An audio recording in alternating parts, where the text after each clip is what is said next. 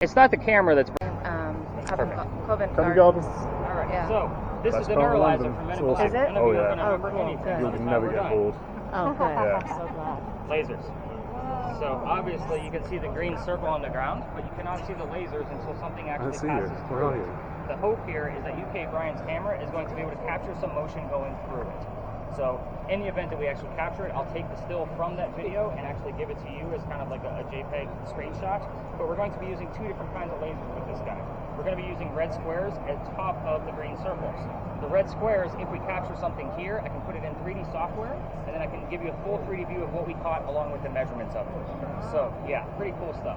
Has the software been able to take any of my anomalies yet? No. I'm hoping that the two Bryans tonight are going to really help us out and get us something.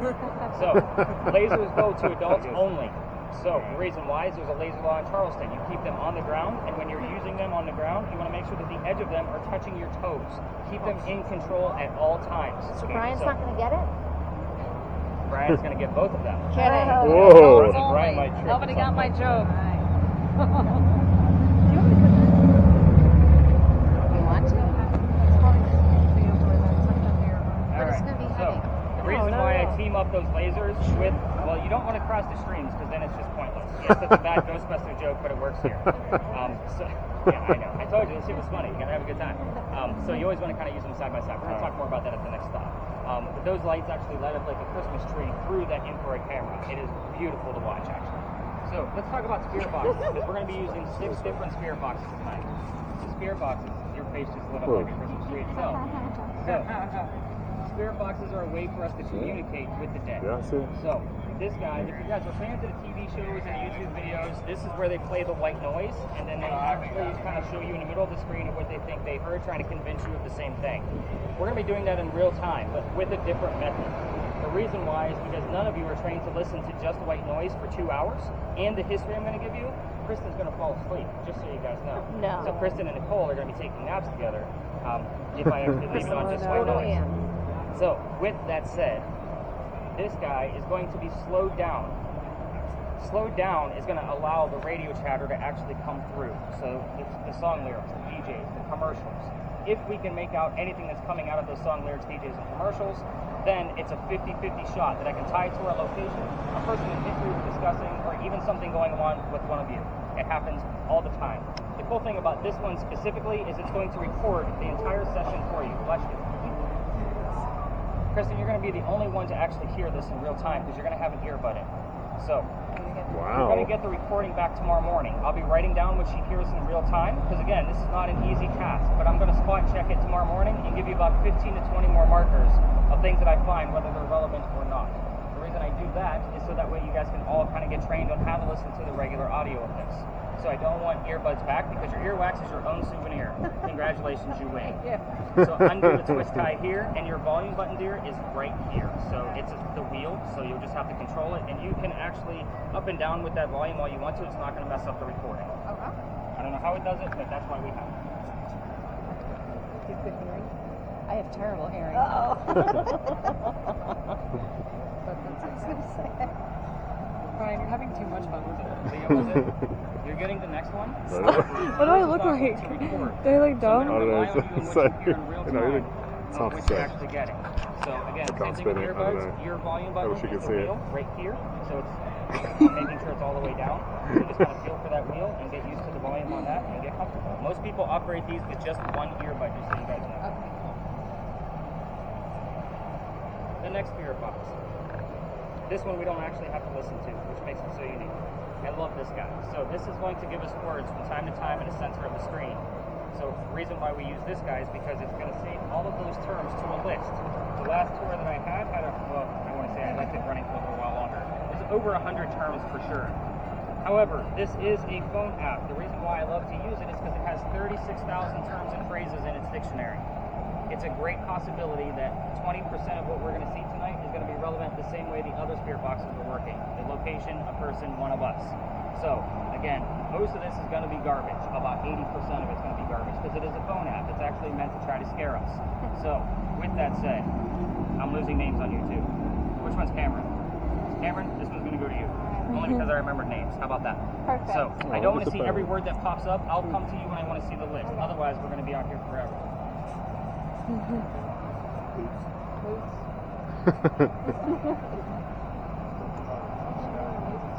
Alright, the next spirit box. This guy works completely different than all of the others because it is actually going to sweep through the AM and the FM radio stations at the same time and try to drown out the white noise that's coming through Kristen and Leah's spirit boxes. So it will only give us about 10 to 12 terms in a 2-hour time frame.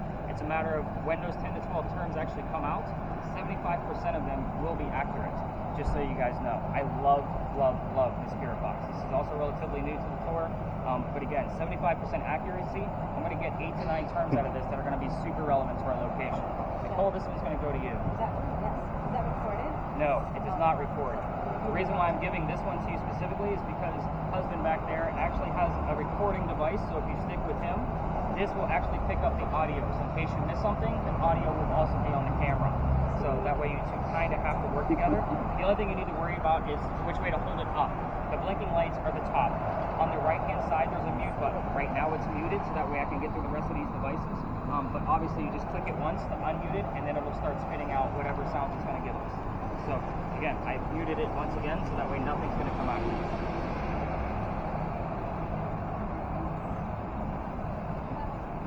The old school spirit box. So this guy, because it's so hard to hear through a set of earbuds, I attached a ball speaker to it. So the cool thing about this one is that you can actually listen to it. I'm sorry, I'm losing your name now. Isabel.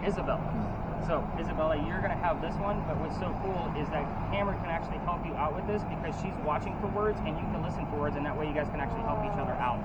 So the only thing you have to worry about is where the volume is. It's right here on the side of the ball speaker. You have to hold it up to get some volume and kind of give it a minute. And then turn it down, obviously, when I'm talking to the whole group. Is that fair? Yep. All right, there you go.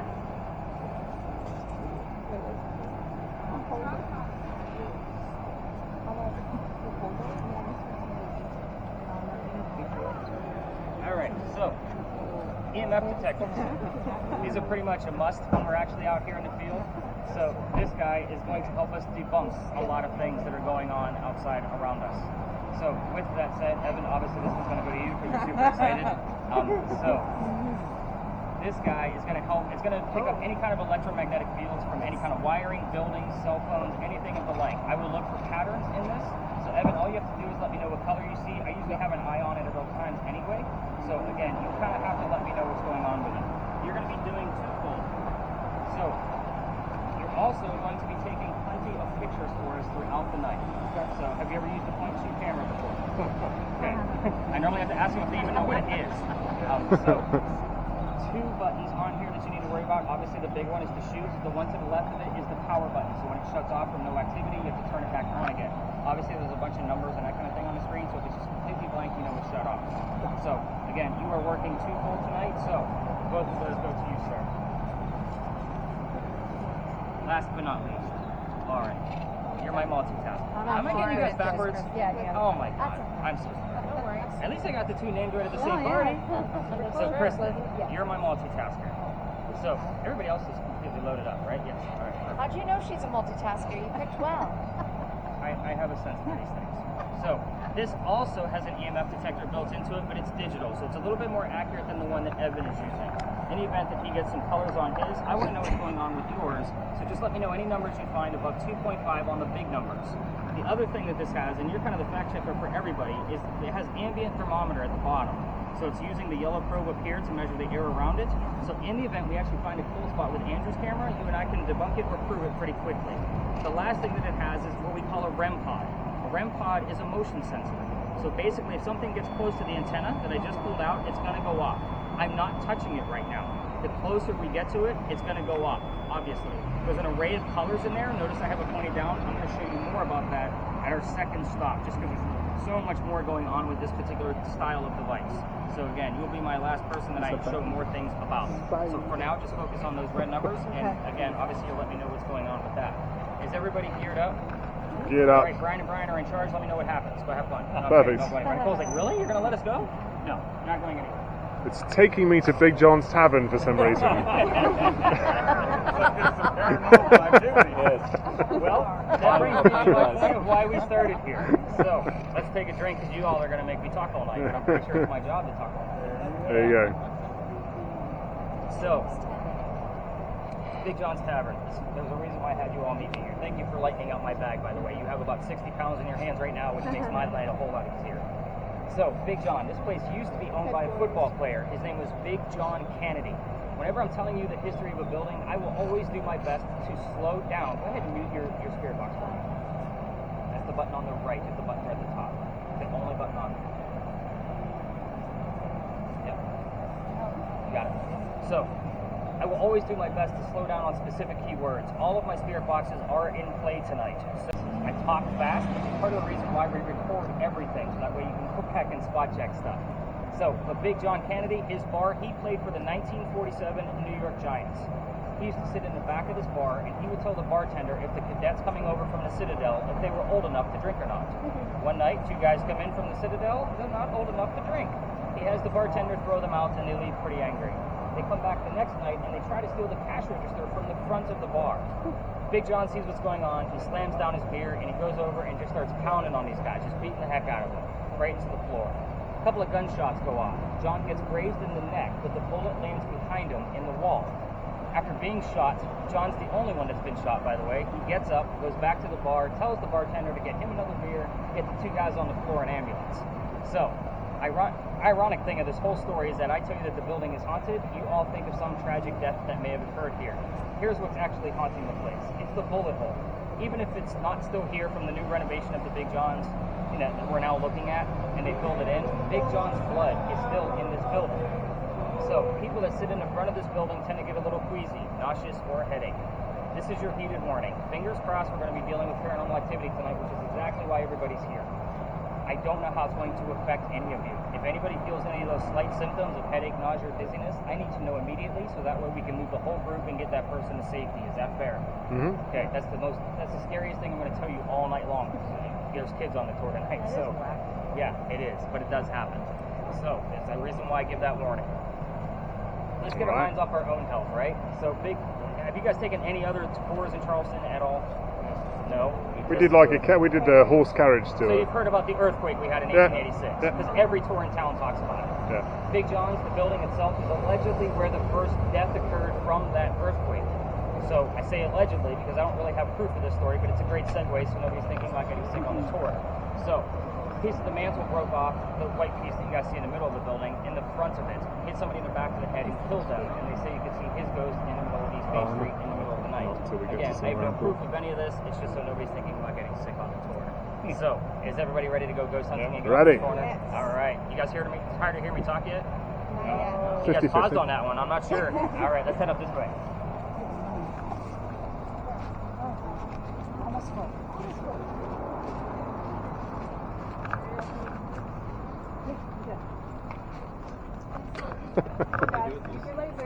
Right now? I'm going to explain later. Okay, awesome. I have to be in front of Bryan, though, right? I don't know what your role is. I don't know either. I think they're just supposed to show up in your video feed.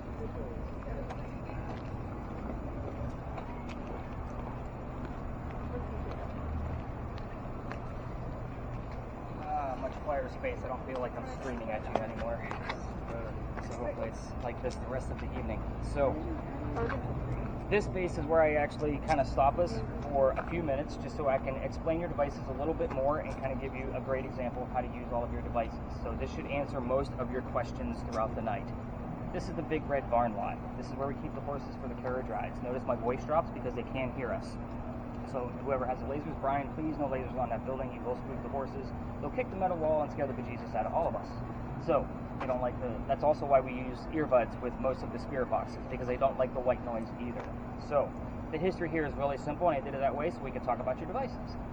This is the same red barn that had horses that delivered milk and eggs to the residents of Charleston.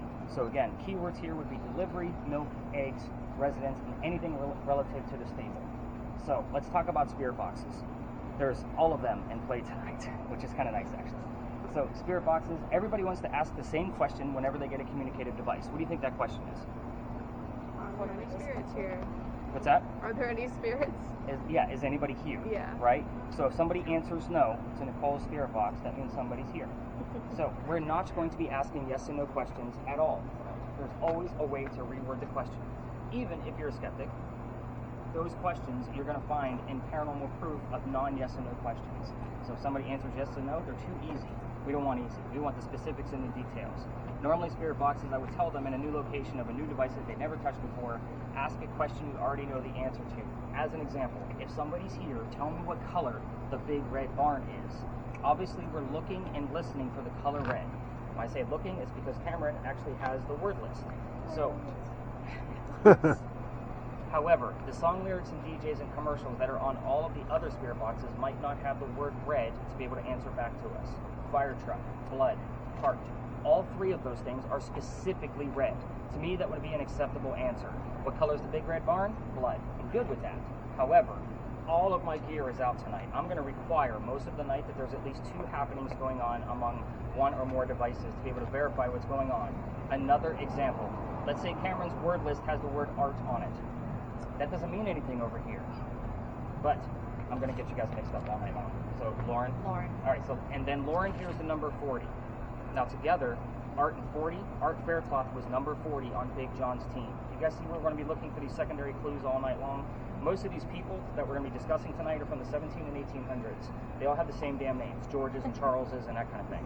We need to know who the heck we're talking to. That's why we're always going to look for secondary clues. Is that fair? Mm-hmm. Again, it's all about that secondary clue. I will withhold information purposely in some of these locations to make sure you all have a genuine experience. So let's talk about these cameras. We have 3 of them in play tonight because Evan, yours does count too. What I'm going to tell those of you with cameras, all 3 gentlemen, is that people do not like their cars to be filmed and they don't like to be filmed or taken pictures of themselves. So in spaces like this, if somebody's walking through, I'll say like an Andy's coming or act natural. Yours is really easy. You just point it straight at the ground, and without that big conglomerate thing on the top, it's another reason why I did that. And with yours, it'll start back up again. I could see that over. Okay. Yeah.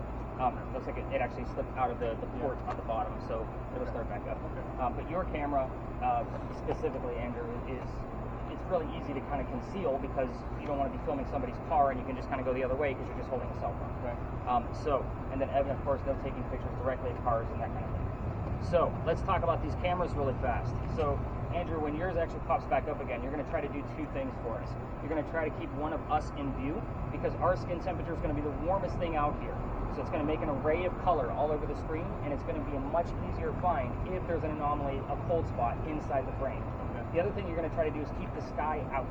The reason why is the blue dot that's bouncing around will default to the blue sky every single time looking for a surface. Okay. So again, some places that'll be impossible, just do your best. I normally don't hand that camera to the tallest person in the group, but just seemed to, I don't know, I had a feeling that you were going to do really well with it and not pull it out of the port, but that's okay. So we're going to get you fixed up. All right, so Bryan's. That's easier. That's what. There's the reason why I teamed you guys up together.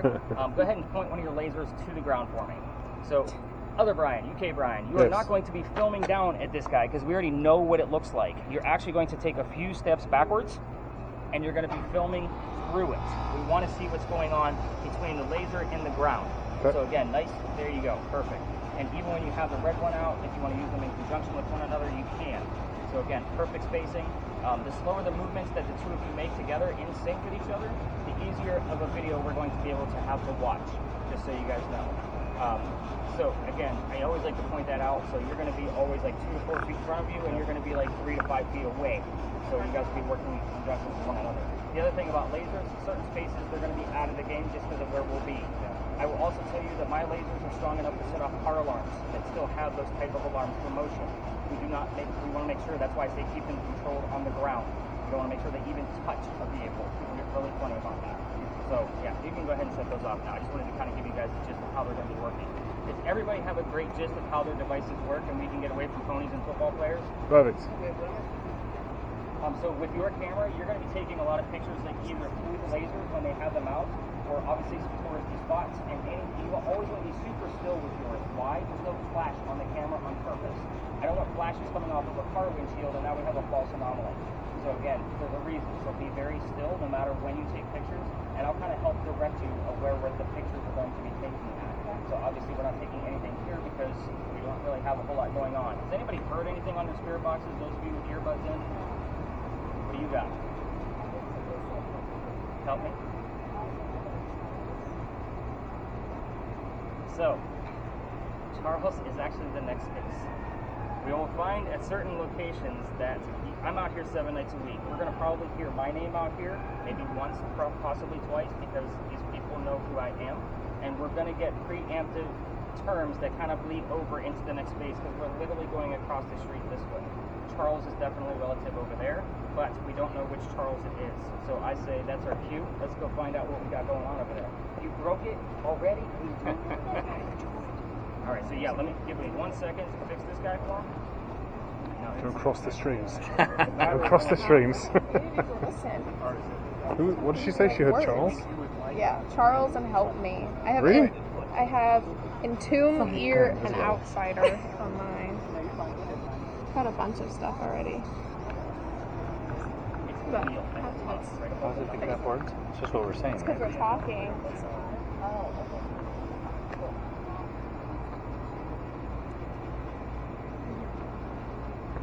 Yes, you should hear all the radio stations flipping through. Oh, there we go. Do you have the stations? Yeah. Or do you have white noise or something?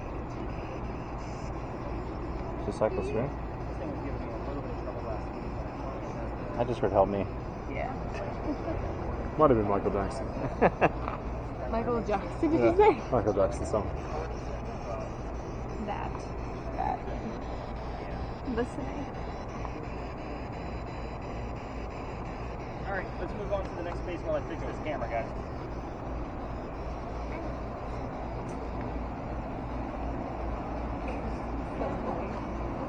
I'm so sorry.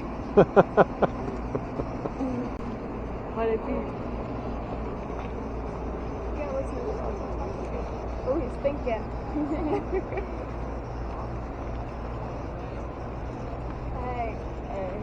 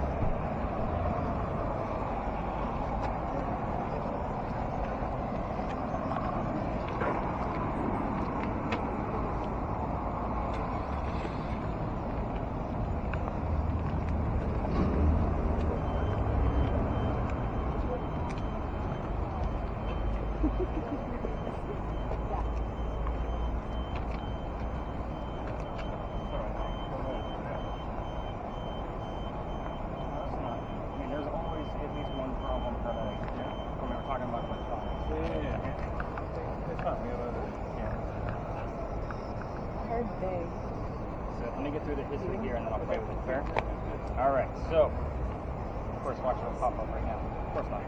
So, welcome to another beautiful space in Charleston, everybody. You made it to a parking lot. Congratulations.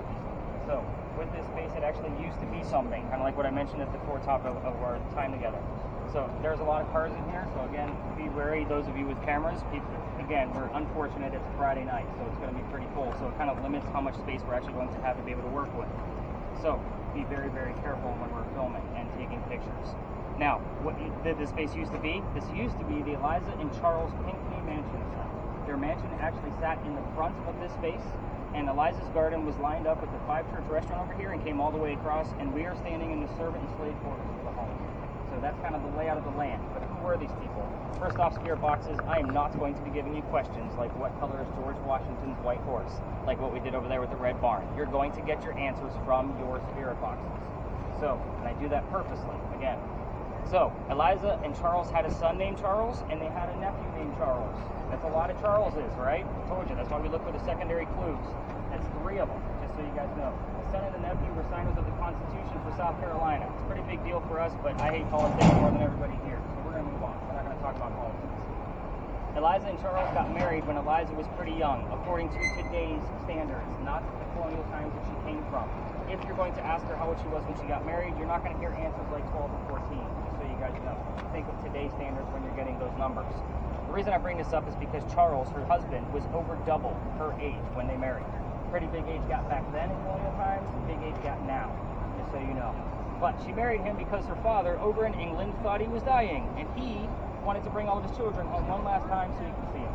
Eliza didn't believe he was dying, so stayed put and got married. It's 1744. There's no such thing as getting married for a green card or for citizenship because we're not even a country yet.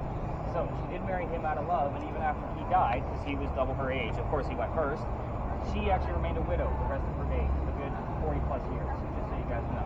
Now, Dad got better, he starts sending her gifts over to the space of where we're standing right now. One of those gifts happens to be the plant seeds of indigo. You guys have been in town for at least an hour or so, you've probably seen the word indigo somewhere, I promise you. Indigo is a plant that makes blue dye that makes our blue jeans blue. Leah's wearing it right now, all over. So that's how we use it today. But when Eliza got it, she didn't know what to do with it. So she had to learn from her slaves how to keep it cultivated. So when she experimented with them and got it figured out, she moves into a plantation and calls her father and says, the rice plantations are going downhill. We can make a killing with this indigo. And now we have an international businesswoman during colonial times. So that's her business. Let's get into the weird stuff, because that's why everybody's here. You guys didn't want a full history lesson. You wanted the weird stuff. Eliza was the second wife named Eliza to Charles, back to back. Yeah, 5 months apart no less. First wife, Eliza, dies in January of 1744. He marries the second Eliza in May of 1744. His first wife dies. 5 months later, he's remarried again. Ironically, both Elizas have a maiden name that starts with the letter L. You want to figure out which Eliza we're dealing with? Ask for her maiden name. Hopefully you'll get it. The mansion's not here anymore. You can ask what happened to it. Obviously, I'm giving you a clue that it was some kind of tragedy.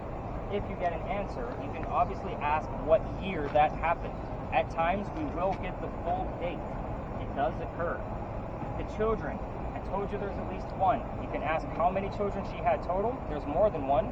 And what their names were, but that's it. The reason for that is because there's a tragedy among those kids. If we poke the bear too hard, all activity will stop. Evan, did we see any colors on your screen yet? Nothing at all? Kristen, anything on yours? Nothing. Interesting. If we did have any going on with the EMF, they would go away if we were poking the bear a little too hard.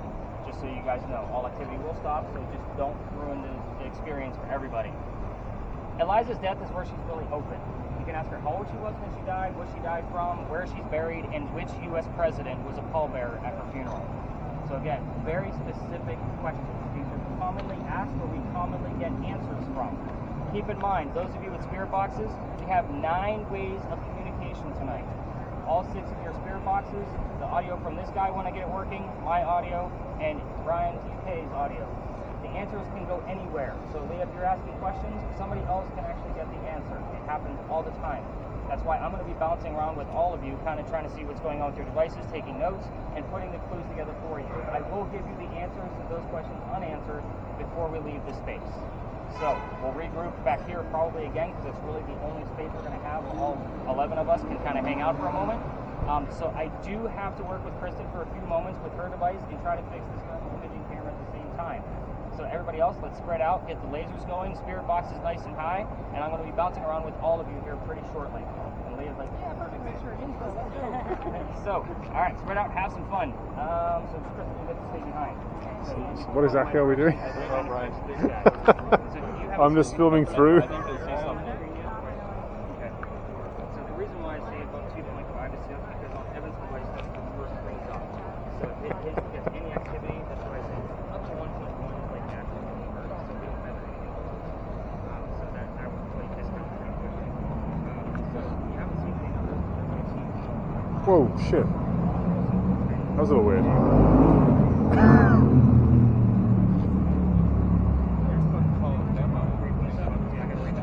So, no joking, I definitely saw some like little thing run across.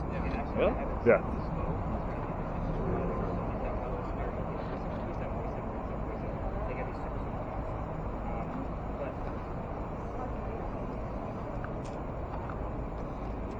I got you back up and running, buddy.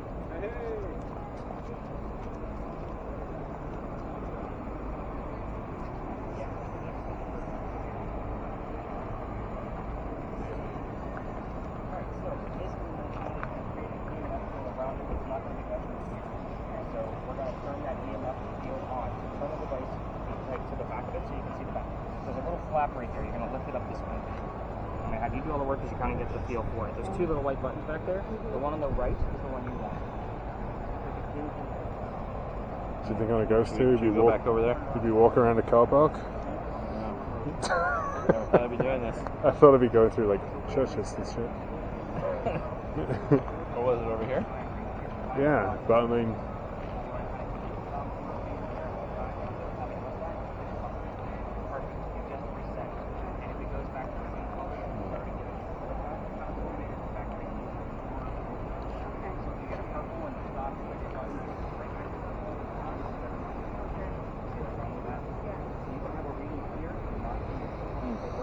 nothing now. A small animal or something? It could be.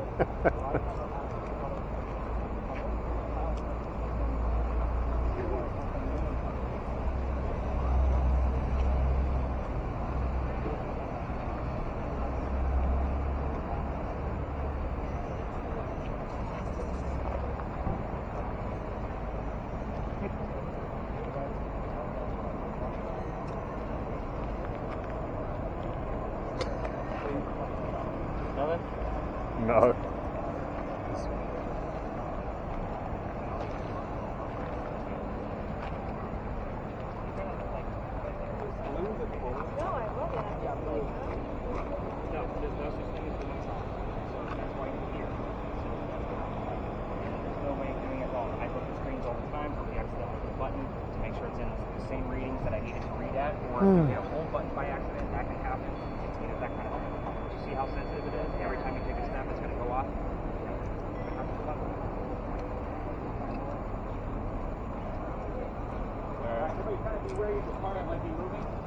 You got a pretty good handle on that guy, right? I love the fact that it's all black now, by the way. He thinks he thought he saw something. We're out in the laser? I don't know, just something like running across, but it was like half a second. Who knows, it might have been a shadow. And you are recording still? Yeah, Yeah, he got it earlier. Nice. Good deal. So, but that's about it. well, even still, like, that's a big deal. Yeah. Because we might not get anything on these videos on certain nights. It just depends. But if you have something for me to look at, I can either prove it or debunk it later on. Yeah, Focus perfect. on Nick? Not necessarily. I would normally say look at the EMF readers. So, like, anything that Kristen has, like, she has an EMF reader, and Evan has one. So if they're getting spiked somewhere... No? I have right down at 3.7. I don't know if that was my, Yours doesn't really go off with your movement unless it's erratic. So unless you're like shaking it around, you have a little bit of a blip.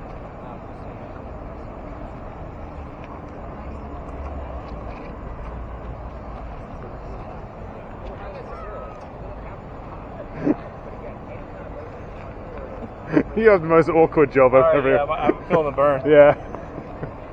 Let's just wait for some sources. Wait for the start of the lead, and then obviously take pictures of us first. So you can take pictures of all of our people that are working, see if everything's actually going live. But when the lasers are out, you want to try to like shoot pictures through those lasers at the same time. Okay. Do you do that ever? Yep, when we're doing it. Nick? So shoot between both of them, right? Probably Yeah, better. I think that's the idea, isn't it? I think so.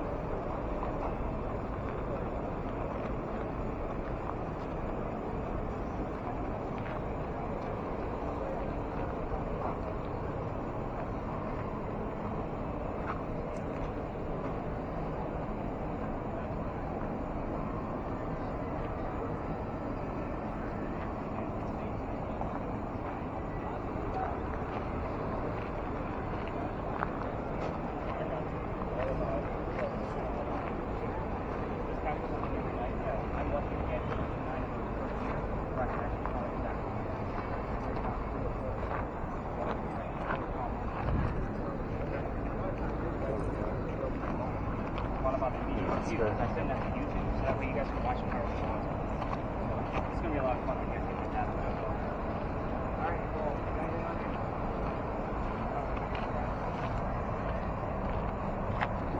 Who's for going back to Big John's Tavern? I have the word bleak. Believe? Yeah. I'm so confused. So am I. I'm wandering around a parking lot. Are you asking her questions? Yeah? What's it You saying? haven't heard anything on yours? No, it's just all like mumbled, random, like like- you can't understand it. Gizzard, Jizzard.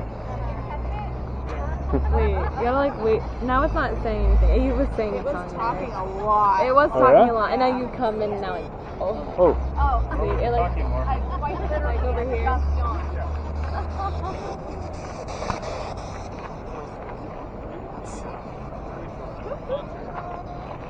isn't that just the radio?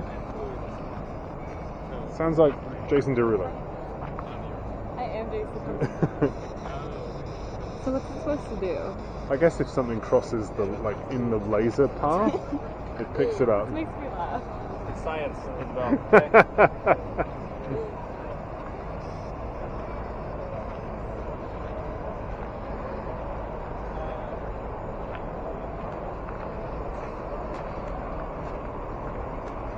No wait, oh, it's just Cameron. Watch them lasers. So them lasers will get me arrested. Sorry. You're good. Sorry, I'm like a bad dad with those. All right, thought I so flipped it. yeah, we're used to trying it on the road. That's why I was like, oh snap! Don't make it. So when I want to see the word list, hit the little scroll to the Yeah. right. You already figured it out? There Yeah, it's a is cell phone. I much. figured you would. Can I put it down? Purgatory? Yeah, again, this thing's meant to try to scare people. Think of it as kind of like a college drinking game kind of mentality.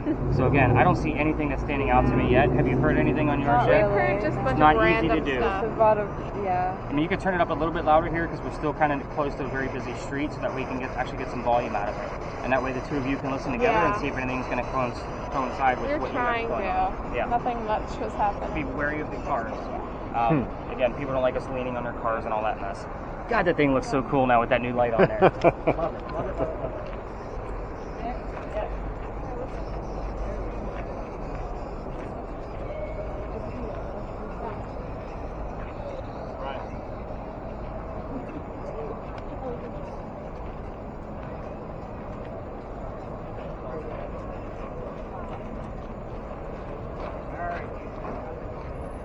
Tomorrow I'm going to look at this bridge and go, wait a minute, what the hell am I looking at?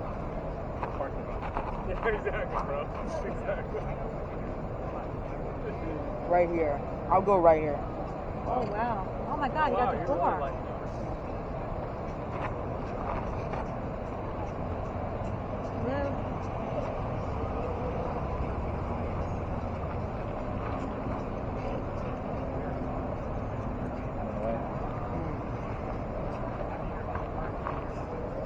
Hey, Albert, give me your camera.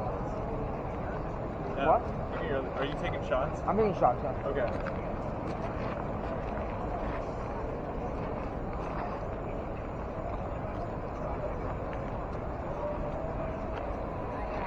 Nothing? Nothing Anymore.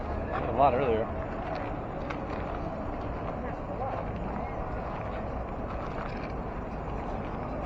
Oh, there you go.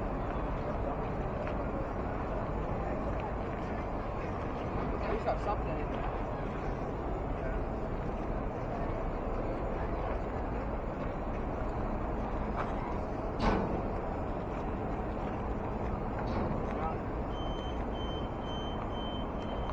That's your. That's the dust. Yeah, the laser itself will pick up dust.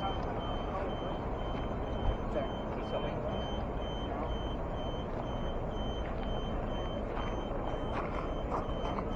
Something there? I will tell you that they were 23 years old.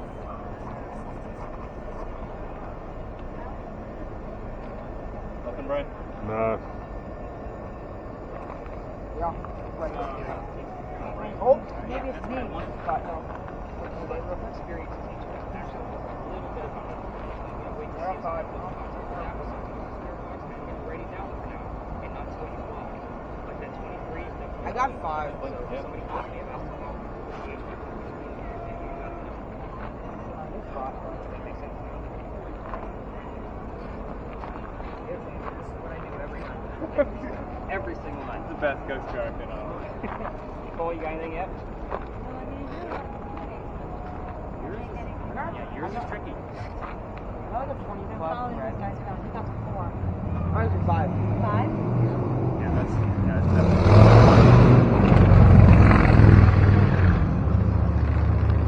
I know with the Bryans, this is not an always in the moment thing. I know we might actually have something going through a movement, but this is for yours. It's more about the media review tomorrow morning. Okay. What I just told Andrew is your videos actually go to YouTube, so you can watch them however you want to. Cool. So again, you can put them up on your TV, and I'll give you the markers of anything that I find in there. Cool. That thing, that way you guys can go right to it. I'll take still shots. But yeah, I'm sorry, I'm like obsessed with how that thing looks so No, badass right it's now. alright. That other thing made it look very Ghostbustery. You know, it had little toggle switches and all kinds of mess on there. There was 4. Oh, there's 5. You already capped out. That was 25. Yeah. Keep getting the same spot over here.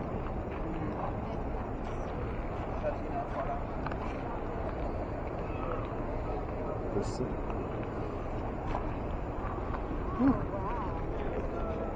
Right now. So cool.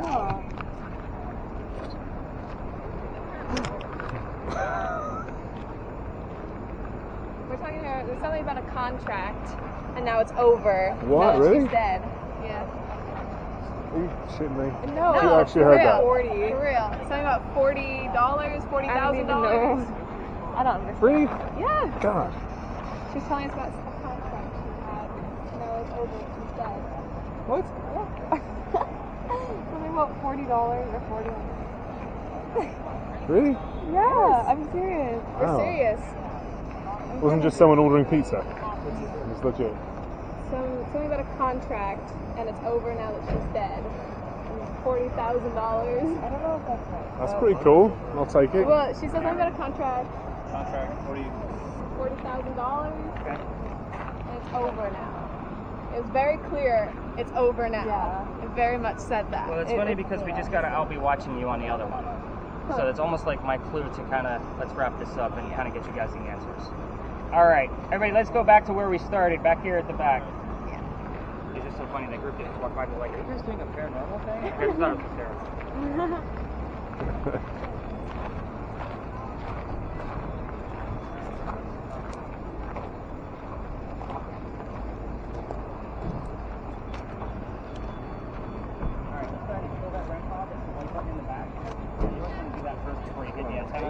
Videos, you can actually stop recording at this point and kind of relax a little bit. So for you, it's the circle. It's the button. For you, it's going to be all the way to your right. Right here? What was that? Where's the... Watch your step. Nick, we were told today these were not cobblestones, but ballast stones from the ships. These are Belgian blocks. I'm going to give you the real gist of what these stones are.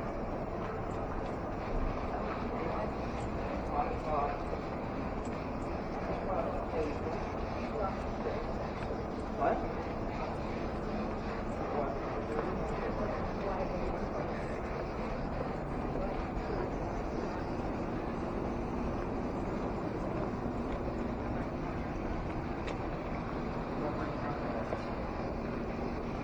Let's get everybody in here. Did we lose anybody at the bars? Alright, Nicole, go ahead and mute that for me. And then the other SB7, go ahead and keep that volume down as well. We're in a quiet area because we're next to a hotel. So again, did we hear anything along the way before I explain where we are? I heard the word Bible. Bible? Not surprised? Okay. I already wrote down that you two heard first class. Yeah. I didn't really hear the names, but I heard will not counter. Will not counter? Will not counter. Will not counter. Number 9, and then New York. Where did you hear New York? This is like, right when we started walking. So way back by Big John's, we played for the New York Giants? Oh. Yeah. The other thing is on right. Oh, I heard Cloud 9. Cloud 9? That was right when we were thinking about I heard the number 1.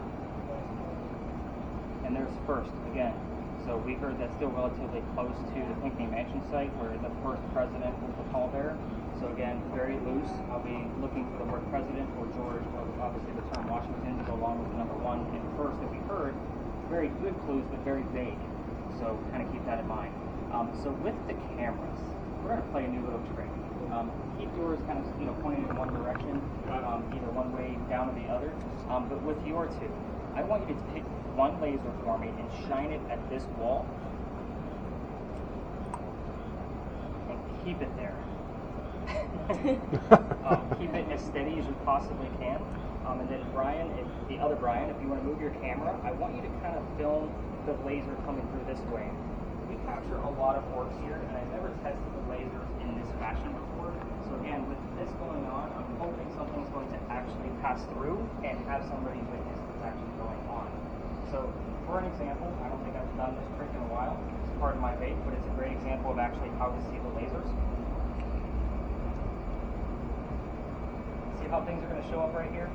Again, sorry about the vape. Just went in your face. But again, that's basically what we're looking for, but it's not going to be that slow. It's going to be very quick. So we can kind of watch that, and hopefully we can capture it on film. So where are we? We're inside Lodge Alley. When we crossed the last crosswalk coming down, that was where the original Charlestown walls used to be. Charleston used to be called Charlestown, the walled city. It was one of 3 fortified cities in the Americas. So we are standing on one of the first streets that Charleston actually had. This used to be called Lodge Alley. It had many other names before that, but we're going to focus on Lodge Alley. The reason why I asked you all for names along the way is because people used to live here. I have the full list of residents of every person that's ever lived here. It's not a lengthy list, but I get the same 2 names over and over and over again. So the 2 names are Benjamin and John. I get them every 6 to 7 weeks. Unfortunately for you, I was not actually expecting them tonight because we're in week 2 to 3 of that loop. I do keep track of this. So again, I'm not here to make things up. So Benjamin and John both lived here in 1801. When I say people lived here, I'm not talking like this thing was lined with houses. I'm talking like 2 to 5 people at a time. Benjamin and John were 2 out of 5 people that lived here in 1801. Do I have anything specific about this Benjamin or John? I don't. I keep getting the same names over and over again. Every once in a while in that loop, I will still get a 3rd name. The name is Jane. That's a 3rd person out of 1801. She doesn't show up as often, so that's why I'm very curious when it does show up. So here's why I think it's happening. You're standing on Belgian blocks. So who was it that said that these were told ballast from the ship? So again, that is what the tourism book tells those other tour guides to tell you guys. Here's what they actually are. They're made of granite. Granite is not supposed to have an EMF field attached to it in any way, shape, or form. So what you're getting is actually coming from the building behind you. So those of you with EMF detectors. So, Kristen and Evan, I want you to both put your devices on the brick. Take a break.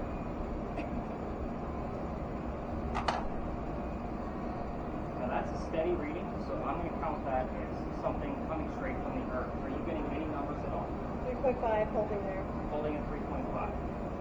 Let me know if it spikes at any reason in the next 2 minutes or so, and I'll have you guys pick up your devices.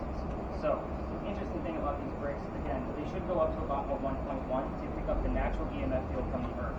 I'm actually studying these bricks because this is what we call the stone tape theory. The stone tape theory basically states that any rock or any kind of material that's made of earth that's been in the same location for hundreds of years, like these, can hang on to the consciousness of memories and replay them over and over again on recordings on the devices that you guys are using tonight. So, I keep getting those names every 6 to 7 weeks. Again, these are things I can't make up. It's the only theory that I can come up with where it actually matches exactly what's happening with these devices. I have seen with your device, Kristen, it go all the way up to 12. There's like an 11.7 on certain nights. And I've only been doing this little test for like the past 2 weeks because this is the next vlog and podcast episode I'm doing is on this alley. Before people lived here, the Freemasons actually had a Masonic lodge here, hence the name Lodge Alley. So we do get terms wrapped around the Freemasons, including the term Illuminati. So I'm going to chuckle at that only because, first off, who the heck is saying the word Illuminati on the radio stations? Second, why am I only hearing it when we're in this space? It does not fall within the loop either. So again, it kind of shows up randomly. We heard it 6 times last year, 3 times so far this year. So again, take that for what it's worth. At times when I'm bringing up the Freemasons, the word symbols will show up on your word list. It's happened on more than one occasion. Again, this is not a space where we're going to sit around and ask questions, because again, my belief is that it's residual. We're just basically watching a movie over and over again.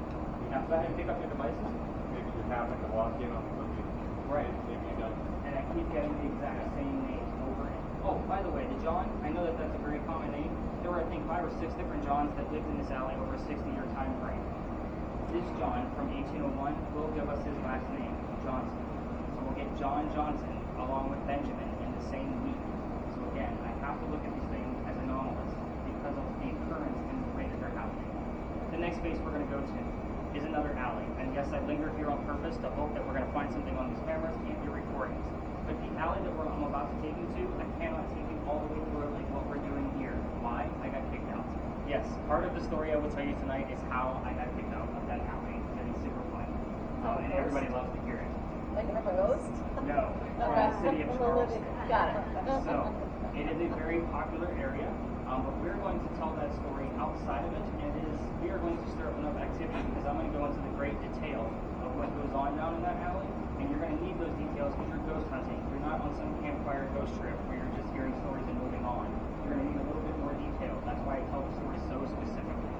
You're going to get, hopefully, fingers crossed, activity from that location for the rest of our time together, even though we're going to go to other spaces. They're just close enough to where things can bleed over. So again, you guys might come up with something, I'm like, oh yeah, that's relative to the alley we just left. And you're like, oh yeah, I forgot about that. So again, as we cut through the rest of this alley, let's go ahead and stop the laser. I know it's hard to hold that thing on there, but good job, by the way. As we exit the alley, I want you guys to stop your videos. So Evan, I do want you to take pictures of the alley as we exit. So you're going to pretty much be the last one out. Yeah. Yeah, this one. So when we exit, you're going to turn around and take some long shots, very, very still. Just get 2 or 3 snapshots for us. And then we're going to be cutting through a neighborhood, so we're still on a no laser zone. But we're going to not record any video through the neighborhood to get to the next alley. Is that fair? EMF readers, we're still going to get false positives from the busy streets. So we're going to talk more about those at the second stop after that. Any words come up that you guys were whispering about? I got remain, settle himself, slain, warning, and bank. Keep getting bank here. No bankers is here. This is a poor area. Very interesting. Bank showed up here a few nights ago as well. On another spirit box. It wasn't from that one. It was a different one. Alright, let's do this. Let's see if we can go capture at the next one. It's the last name.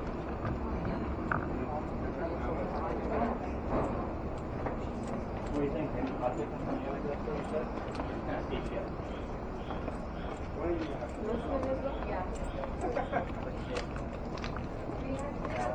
Where was that? Oh my god.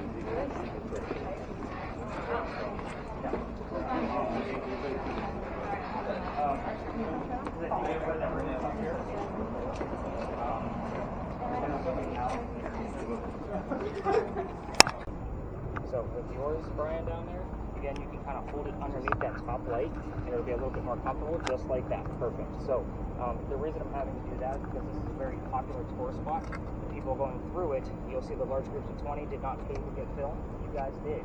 So again, we're going to be very inconspicuous about it and not look like YouTubers. So great job, everybody. Appreciate that. So we all talk. This is Philadelphia Alley behind me. All tell the story of what actually occurred here because this place used to be called the Jewelers Alley. Those readings, Evan, just so you know, are coming from the building. Yeah. So figure out how much this is smart. All right. So this is where the duels used to occur for the city of Charleston. So we all tell the story of one specific duel because we can actually prove as it happened. And there's obviously a lot of data that I can provide along with it. Again, I'm telling the story a lot differently than you would hear on another ghost tour because it's very detailed. So let's get into it. There's a doctor that moves down here from Rhode Island. His name is Dr. Joseph Brown Ladd. He moves here because his fiancée, Amanda, just inherited a bunch of money from her dead parents. She has an attorney that's helping her out with all of this money. The attorney thinks the doctor is just after Amanda's cash. So he tells Amanda to get rid of the doctor. Dr. Ladd moves to Charleston to prove that he's not just after her cash flow. Bless you. He comes to Charleston, and the coachman that brought him into town set him up to be robbed and killed. So it wasn't a very good start to his stay in Charleston, but somebody walking by sees what's going on because he knows the coachman, and he knows what he's about to do. So he tells the doctor, well, let me stop there. This guy's name is Ralph Isaacs, and his initials are where the doctor came from. Ralph Isaacs, Rhode Island. R.I. will show up here all the time. He showed up here again last night, and we have the word prescription kind of nearby. So I'm definitely taking that as it was relative to the doctor from Rhode Island. So again, ghost hunting. Initials mean things. So Ralph tells the doctor, dude, you don't want to stay here. He's got a gunman inside. He's going to try to take all your money. You've got some friends at 59 Church Street where you can rent a room and you'll be safe and good to go. The doctor takes Ralph up on this offer, and the two become friends. The longer the doctor stays here, the more his practice starts to take off. So he's making lots of money, proving his point, and Amanda's moving down soon. He becomes known as the Whistling Doctor. Every haunted city you will ever visit in the future will have a cliched whistling ghost. I can almost guarantee it, but I actually have proof. So let's finish off the story so you know why he's called the Whistling Doctor. But they cannot sit next to each other because the doctor makes more money. That's just the way the hierarchy works back here in Charleston. They talk about these plays on the way home. They go see William III one night from Shakespeare, and they start arguing over the new actress. The doctor thought she was fantastic. Ralph, not so much. It gets really heated and ugly when Ralph starts insulting the doctor's fiancée, Amanda, back home in Rhode Island. They go their separate ways. Ralph is from here. He goes to his friends at the newspaper, puts an ad in the paper telling the whole city of Charleston what he thinks of the doctor. The doctor sees this ad and rebuttals with, let's go to Ruler's Alley, we're going to actually settle this. So, you come down, take your 10 paces, you turn, the doctor points his gun in the air, and he shoots. He did not want to kill his friend, he just wanted to show up, to have the courage and bravery to show up to the fight. Ralph has his one shot, by the way. Sorry, Evan, you're just in front of me. He shoots the doctor in the kneecap, and the doctor doesn't die either, but Ralph proved his point that he's still pissed off. The doctor drops, but his friends pick him up and carry him home to 59 Church Street, where he dies 10 days later after refusing medical treatment. He's a doctor. He probably tried to bleed out this bullet himself. So the campfire ghost story part of this is as you walk through the alley, you can actually hear the whistle from the doctor. If you're going to try this on your own without me as a guide to do this, use your voice recorders on your phones, I want everybody to keep in mind that every local knows this story. Anybody walking up and down Cumberland or Queen Street on the other side throws a whistle down the alley. I do it every single night when I'm done with you guys because my garage is right there and we end right there. So I pass the alley every single night when I'm done with you guys. So with that, when my daughter's on the tour, we race to see who's going to throw the whistle first. So I do it because I've been booted out. So let's kind of get into that story. That's the fun part. That's what Brian's waiting on. How the hell did this little guy get in trouble? So this alley didn't always come all the way through. It was actually blocked off, which means the bricks on the other side are older. Those are sun-dried bricks from slave children. There's a full handprint from a slave child and fingerprint swipes at the end of this alley. I would always show off that because, of course, you guys get that I'm all about the history of Charleston, just to show how far we've come. I treat that brick the same way I do a grave, the one with the handprint in it. That kid is not staring at that brick in the afterlife. Would you? I don't think you would. But everybody wants to put a spirit box or an EMF meter or something near it. November 26th of 2020, my entire group decided to cover along that brick, and it was outside a gentleman's dining room window of his beautiful mansion at the end of this alley. I was not supposed to be there. So we come out screaming. My daughter thought it was great because Dad's getting yelled at, and we moved on. The next day was Thanksgiving of that year, November 27th, so I did not have a tour. I worked in retail management for over 20 years. I finally took a Thanksgiving off. I'm sure you all can appreciate that. November 28th, I get a phone call from the tourism office asking me to go down halfway or reroute my tour. It's kind of like a slap on the wrist because I'm the new guy on the block. So I decided I'm going to reroute my group, even though I didn't believe in the story that I'm about to tell you guys later on. So before we move on, I tell my team we're going to wing it because I don't know much about this story, but I'm not a true believer in it. Before we leave, somebody hears the name Anne on a spirit box. I did not tell them we are going to be investigating female pirate Anne Bonny. So I'm like, all right, there might be a little bit of legitimacy, maybe coincidental. We'll see what happens. Once we get there and I told what I knew, somebody else hears the number 300 on a spirit box. I didn't know what it meant at the time, so the next morning I'm going to the data, I'm researching. Anne Bonny's trial for piracy was November 28th of 1720. We were there for the first time on November 28th of 2020, the exact 300-year anniversary of her pirate trial. I take you guys there every single night, and it is a hit or miss. We either get a ton of evidence coming out of this space, or we get nothing. We're rolling the dice on it, just like we would with any other space, but that one in particular is all about that particular pirate, and you're going to see why once we get there. What's going to happen from here is we're going to go up and around the corner and go up to St. Philip's Church and Cemetery. Hopefully we stirred up enough activity out of the doctor that some of you are going to hear clues as we're So, have we heard anything since we've been standing here? Has anybody had their spirit boxes on? I see your earbuds out, yours just turned down. Any words pop up before we move on? Sacrifice, vision. Yeah, I got nothing on that. Neither one. Alright, let's go up to the church and cemetery and see what's going on up there. Nice job, by the way, being all inconspicuous. Love it. It's called education. A normal ghost tour is. Like, that is a typical size of what you'll get here in Charleston. So, just so everybody knows. Not that I have bragging rights on that, but I like keeping my group small and intimate, right? So, welcome to another parking lot. Yay! But we're going to be talking about that little tiny building over there. That's the powder magazine. I like to bring us back here to this corner because a lot of ghost tours like to cut through and kind of do their thing. We're going to investigate the whole space, including the front of the powder magazine and even the cameras. If you want to go back to the cemetery to see if you can get some footage, after I'm done giving you the history, you're free to do so. So this is our last stop, so let's make it a big whopper. Pirate lore, just so you know, is kind of hit or miss. I've read a ton. Sorry, Nicole, I'll get through this as quickly as I can. Evan, hold her up, buddy. Keep her going. Last stop. So, the powder magazine. Those are not crosses on that building, first and foremost. Those are earthquake bolts. In the event we have another earthquake with what we did in 1886 that we spoke of earlier, those earthquake bolts are basically turnbuckles. If you turn them, it's supposed to like straighten the building back up after any damage from an earthquake. Yeah, it's bullshit. It doesn't work. So, it's a great idea, it just doesn't work. And the reason why I bring up these specific earthquake bolts is because you guys have been seeing them all over town and didn't realize what they were. They're in the shape of lion heads and pineapples and all kinds of fanciness because it's Charleston charm. These are the first set of earthquake bolts we put in because this is the oldest government building in South Carolina, finished in 1713. We are here because this building was built at the same time period that Anne Bonny came to Charlestown to start her pirate career. I'd like to give you a little bit more history on the building just because it's fascinating. We talked about the Charlestown walls earlier. There's a reason why I brought it up. Where that parking garage sits right now is where the wall stood. It went up past the powder magazine up Cumberland Street and started coming south behind me towards the battery, locking the powder magazine into the corners of the walls on purpose. If a pirate ship or Revolutionary warship tries to attack from 3 blocks away, those cannonballs, first off, may not make it, but if they do, the walls are 35 inches thick. It's going to have a hard time going through those walls.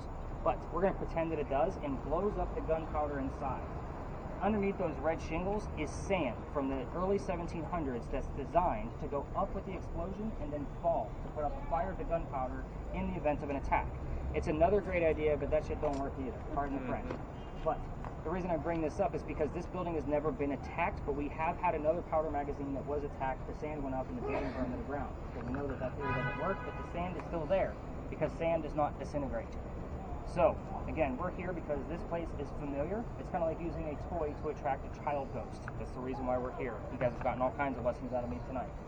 So, during the middle of its construction, it took 10 years to build, by the way. Does that sound like our government? 10 years, small building? No, not at all. That's when our story begins. So let's get into this. By the way, everything I'm about to tell you about Anne Bonny is based off of things that I found that were common among at least 2 or more references, just so you know, because pirate lore is very sketchy. 1708, a young lady moves here by the name of Anne Cormac. She moves here with her father and his mistress. The mistress is her mother. Is everybody with me so far? If I don't stop there, it gets very confusing. The 3 of them are running away from his wife. How mad was she that she got to get in a boat and leave Ireland to come here? Just saying. So they land in Georgetown, which is just north of here, between us and Myrtle Beach. Dad buys a plantation, Mom dies pretty quickly. That means he has to send young Anne down here to Charlestown to sell anything from the plantation to keep things afloat. Hence why we're here. So, with that said, back home in Ireland, Anne was kind of a badass even from the start. They say she actually killed one of her servants when Anne was only 10 or 12 years old with a knife to the belly. So again, kind of a hardcore chick from the start. We're going to fast forward. The building was finished in 1713, and pirates are coming through town in 1715. Anne is about 16 or 17 years old at this time, and she falls in love pretty quickly. Guy number 1. Yes, I'm going to keep tally. James Bonny is guy number 1. Dad doesn't approve because he's a filthy pirate. They run away to Jamaica, they get married. Anne Cormac becomes Anne Bonny. You can already see that one coming, right? So when it get down there, James Bonny is not the swashbuckling rum-drinking Captain Jack Sparrow that she was hoping for. This guy is a privateer, which means he is a spy for the British. He's a coward. This is not who she really wanted to marry. A few years later, she falls in love again. Guy number 2. This guy's name is John Rackham, a.k.a. Calico Jack. This is the same real person that they based the Captain Jack Sparrow character off of for your Pirates movies, just so you know. Calico Jack has his own ship and wants to be part of it. You can't put a girl on the crew. They're bad luck. He makes a deal with her. If you dress like a guy and hide your gender, then you can be part of the crew, but you're going to be a female in my quarters. She's okay with this because Dad used to cross-dress her as a boy back home in Ireland to keep her away from his wife. So she's like, whatever, I'm good. Being a female in his quarters, let's all put 2 and 2 together, adults, she eventually becomes pregnant. But you can't have a pregnant pirate dude on the crew. Somebody's going to figure out that she's a girl. He drops her off in Cuba. Go have the baby here, come back later, we'll figure it out. So, she comes back, there's no baby. We have no idea what happened to this child. She's also dressed like a girl. She doesn't give a damn anymore about hiding her gender. This makes Jack pretty angry. While she was away giving birth to his first child, he captured another pirate crew. She's going to go flirting, because that's what Anne does. Guy number 3. Guy number 3 turns out to be a female, dressed like a guy to be part of the pirate crew that Calico Jack just captured. So now we have 2 females, dressed like males, on the same ship. This young lady's name is Mary Reed. Her and Mary become friends, possibly lovers, because we'll never know for sure, and the British find out where they are. They send their entire fleet of ships to take down one pirate ship. Anne and Mary are the only 2 pirates not drunk enough to come up and fight, right? With their 1-bullet flintlocks, because that's the only thing that they know how to use. The cannons are out of reach for them, because they just don't know how to use them. They've never been on a pirate ship before. So, obviously they're going to get taken and arrested. As they're being arrested, Anne looks at her beau and her captain, Calico Jack, and she says, "You should have fought like a man instead of being hanged like a dog." Obviously the word dog being very prominent here for spirit boxes. The judge, his name is Nicholas Laws. He wants to see the 2 men that fought back so valiantly by themselves after he's done tried Calico Jack and the pirates that were too drunk to come up and fight. So the 2 ladies go in front, they reveal their gender, hoping to save themselves. He doesn't care that they're female.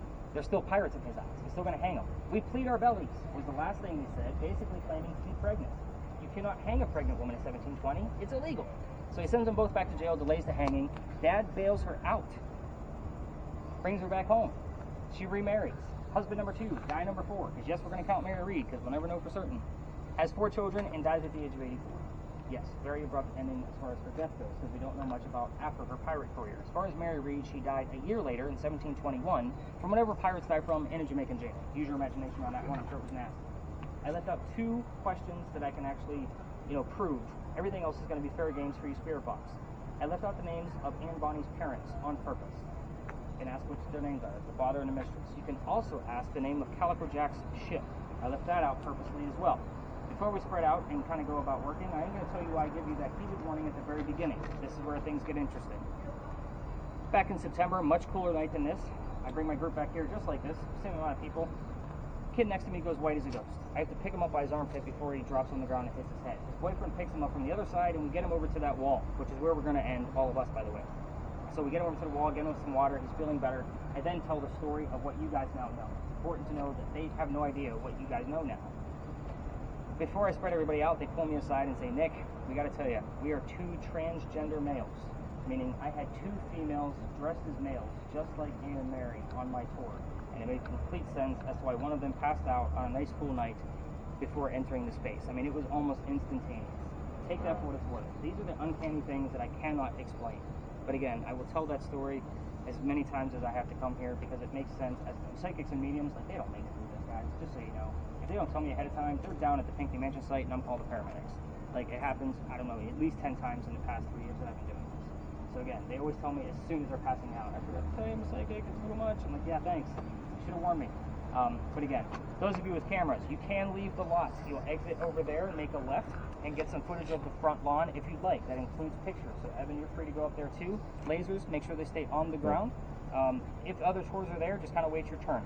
Kind of thing. You can also go across the street to get some footage of the cemetery. We're going to spend about 5 to 10 minutes here and allow the spirit boxes to actually come through and see what's going on.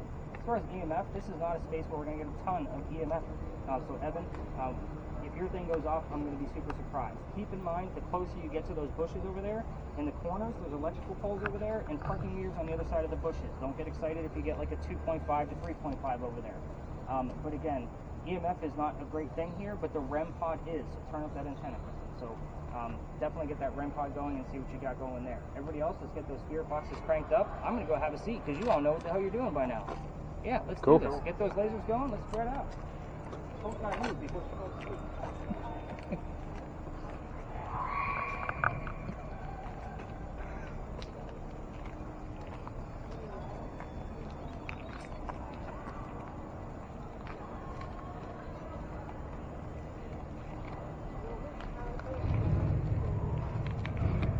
You have a hard job. Can't wait to watch the video. It's actually a very difficult job to keep them steady. It is, that's what I mean.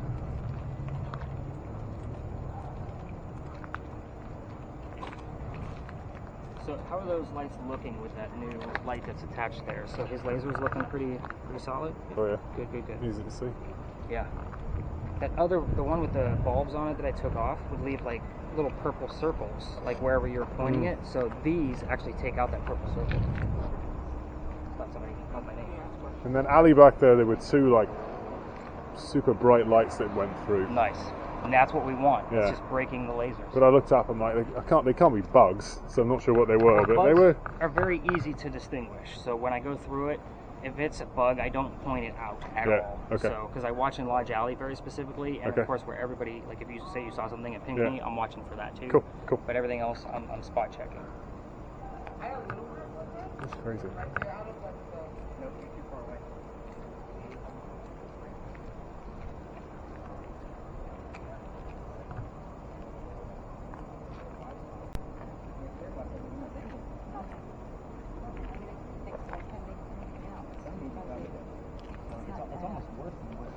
Yeah, because they can focus in on it.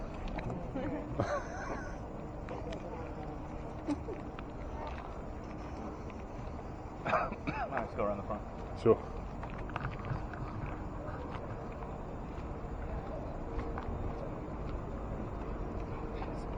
Alright, let's go to the cemetery.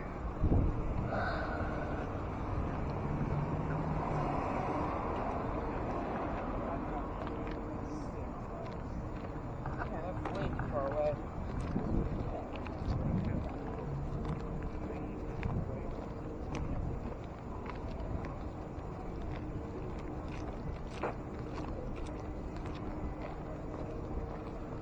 I was worried that Nora was going to find this too scary.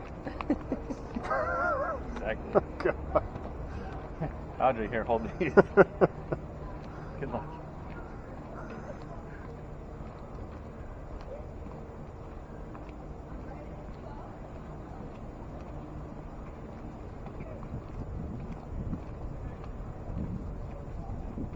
So we're going to peer through the gates, is that it? I don't know, do you want to go in? Have you opened I think it's locked. it? Is it?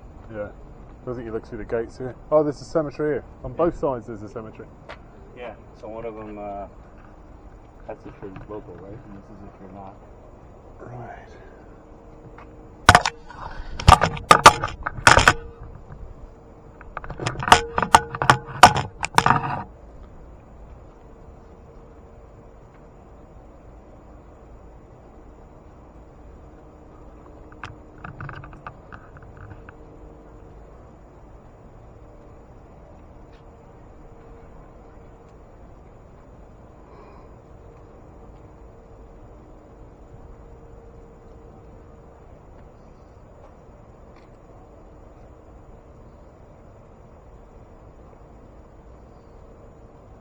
I mean, I don't care who you are. Cemeteries are still creepy. Yeah, I respect those. Yeah. How many coats of paint this fence is? I was going to say.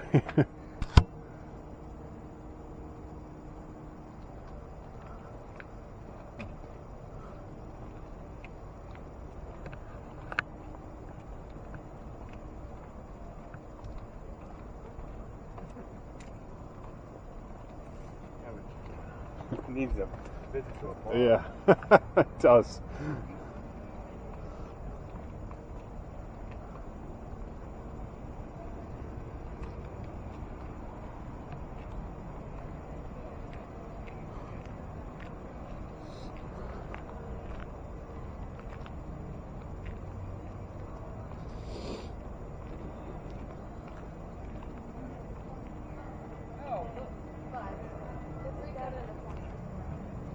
I can take these because those are keeping track of it.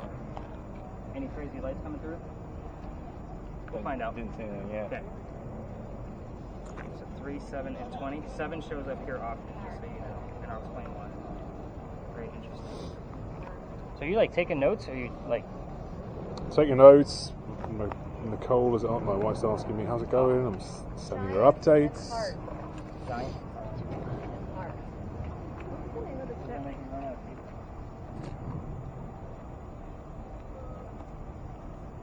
I was just teasing you, by the way. I know, it's alright. No problem. Actually, just like bringing up a map just to see exactly where we are.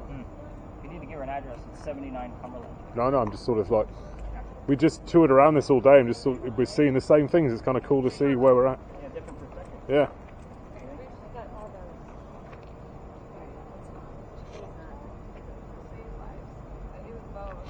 Still 79 degrees out. Alright, let's get everybody over to the wall. Kind of run.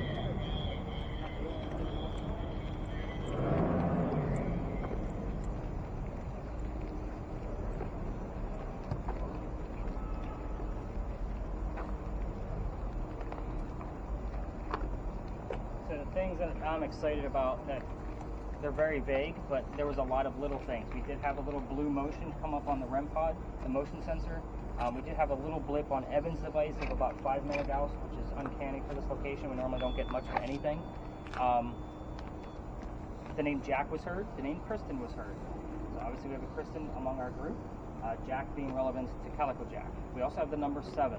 Depending on if I find more 7s tomorrow morning, when I'm going through your data, it's relevant in one of 3 ways, and that's why I usually wait to see what else is going to go along with it. First thing is that the doctor is born on July 7th, 7/7. So if it's relative to him, we'll have a clue to medicine of some sort, and 2 7s. As far as the other 7s, John Calhoun is buried right over there. He's your 7th vice president. So again, he served under Andrew Jackson. So sometimes it's a lot easier to find Andrew or Jackson, and instead of John or Calhoun. The other 7 is relative to the building behind me. It served in 7 different wars, and we did get the word Indian show up on the word list. And I do want to say it served the French and Indian War. So I'll have to look at that to be more specific. But again, 7 showing up one time, I need to know what else it's relative to. So those are the things that I'm excited about. We also heard that the year of 1958, I was like, damn, so close, because 59 Church Street is where the doctor lived. So kind of keep that in mind. So that's why I'm wrapping this one up pretty quickly, because I'm not seeing anything like, oh my God, we have Calico and Jack and the name of his ship and all of those other things. So let's get into the answers for this location, and then we'll wrap this party up, and you guys can ask me a million questions. Because I know you guys have all been very attentive, except for Nicole, who's been nodding off. No, I'm kidding, I'm kidding. So, it's only because he told me you're going to fall asleep. Let's see, Anne. I always like to show you mugshots, right? So this is one of the few pictures I could find of Anne Bonny where she actually had a shirt on. The reason for that is because she used to bare her breast to show the men she killed that they were just killed by a woman.